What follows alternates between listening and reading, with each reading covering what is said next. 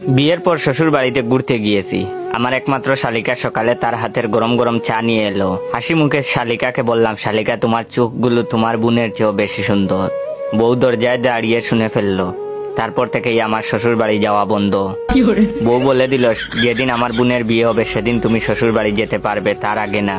অফিসের কলিগ শান্তার সাথে হেসে দুদিন দুটো সেলফি তুলেছিলাম। শান্তা আমার আইডি ট্যাগ করে ফেসবুকে আপলোড করে দিল। বউ সেই ছবিগুলো দেখার পর সেদিন রাতে অফিস থেকে বাড়ি ফেরার পর দাঁত কেলিয়ে বউয়ের সাথে পুরো 600 ছবি তুলতে হয়েছিল। পরের দিন অফিসে যেও আমার দাঁত কেলানি বন্ধ হচ্ছিল না। কলিগ শামসুল ভাই বললেন তার মেয়ের হাত ভেঙে গেছে, হসপিটালে ভর্তি। কথাটা শোনার পরও আমার দাঁত কেলানি বন্ধ হচ্ছিল না।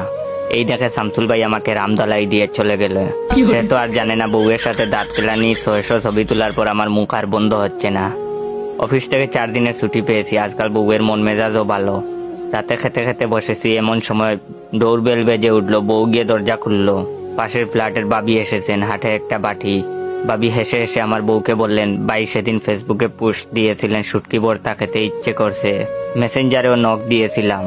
ভাই আমার কাছে শুটকি ভর্তা খেতে চেয়েছিলেন, তাই বানিয়ে নিয়ে এলাম। তারপর বউয়ের হাতে ভর্তার বাটি দিয়ে বাবি আমাকে একটা বাঁকা হাসি দিয়ে চলে গেলেন। আর এদিকে আমি মনে মনে দোয়া দুরুদ পাঠ করতে শুরু করলাম, এবার আমার কি হবে। তারপর আর কি, আজ 3 দিন বউ সকাল সন্ধ্যা শুধু শুটকি ভর্তা দিয়ে ভাত খেতে দিচ্ছে।